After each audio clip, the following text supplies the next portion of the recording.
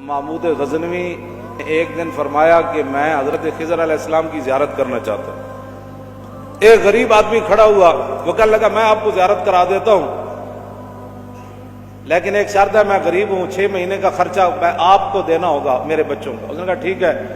6 مہینے کے بعد محمود غزنوی نے اس کو بلایا، ہاں جی خضر علیہ السلام کی ملاقات کا کوئی وظیفہ مکمل ہوا؟ اس نے کہا جی کچھ وظیفے الٹ ہو گئے، 6 مہینے اور چاہیے۔ اس نے کہا ٹھیک ہے۔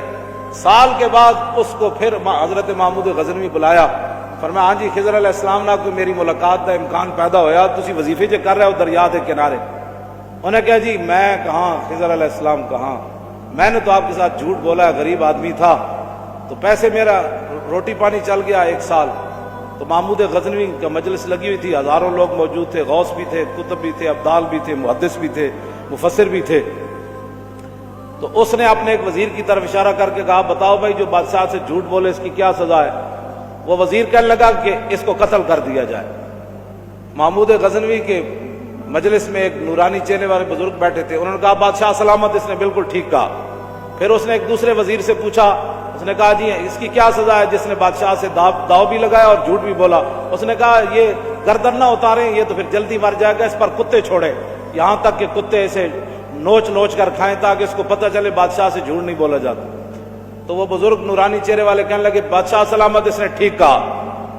پھر اس نے حضرت ایاز کو کہا، ایک ہی صف میں کھڑے ہو گئے محمود و ایاز، حضرت ایاز کو کہا کہ ہاں جی آپ بتائیں۔ اس نے کہا بادشاہ سلامت ایک غریب آدمی تھا، اس کے جھوٹ بولنے سے آپ کے وقار میں کوئی کمی نہیں آئی، اور 1 سال پیسے دینے سے آپ کے خزانے میں کوئی کمی نہیں ہے، یا آپ اس کو معاف کر دیں۔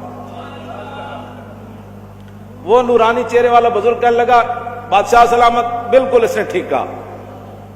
محمود غزنوی نے ان بزرگوں کو قریب بلایا، انہوں نے کہا یہ کیا بات ہے، جو گردن اتارنے کا کہتا ہے وہ بھی ٹھیک ہے، جو یہ کہتا ہے کہ کتے چھوڑ دیا جائے وہ بھی ٹھیک ہے، جو معافی کرتا ہے۔ اس نے کہا کہ جس نے کہا نا گردن اتار دو، یہ اس کا خاندان تھا کسائی، تو اس نے اپنے خاندان کا اظہار کیا ہے، گردنیں اتارنے کے یادی ہیں، اور کہا کہ غلطی تو تیری ہے جیسے تو نے ایسے لوگوں کو وزیر بنایا۔ اس نے کہا جس نے کتوں کا کہا نا کتے چھوڑو، اس کے آباء و اجداد بادشاہوں کے کتے نہلایا کرتے تھے۔ اس نے اپنے خاندان کا اظہار کیا ہے، اس نے اپنی فطرت اپنے خون کا بتایا ہے، اور کہا کہ رہ گیا ایاز تو یہ سید ہے، اور سید کربلا میں لٹے بھی گئے تو اف نہیں کی، اپنا سودا بیچ کر بازار سونا کر گئے، کون سی بستی بسائی تاجران آل بیت۔ کیوں جی؟ کہا یہ سید ہے۔ جب یہ کہا نا یہ سید ہے تو محمود غزنوی کرسی پر کھڑا ہو گیا، کہنے لگا ایاز تو نے آج تک بتایا ہی نہیں میں آل رسول ہوں، اتنا ظلم کیا تو نے بتایا ہی نہیں آج تک۔ حضرت ایاز فرمانے لگے کہ اچھا میرا راز ان بزرگوں نے کھولا تو میں بھی آپ کے سامنے ایک راز کھولنا چاہتا ہوں۔ انہوں نے کہا جی وہ کیا ہے؟ انہوں نے کہا یہ جو بزرگ ہیں نا یہ خود حضرت خضر علیہ السلام ہے۔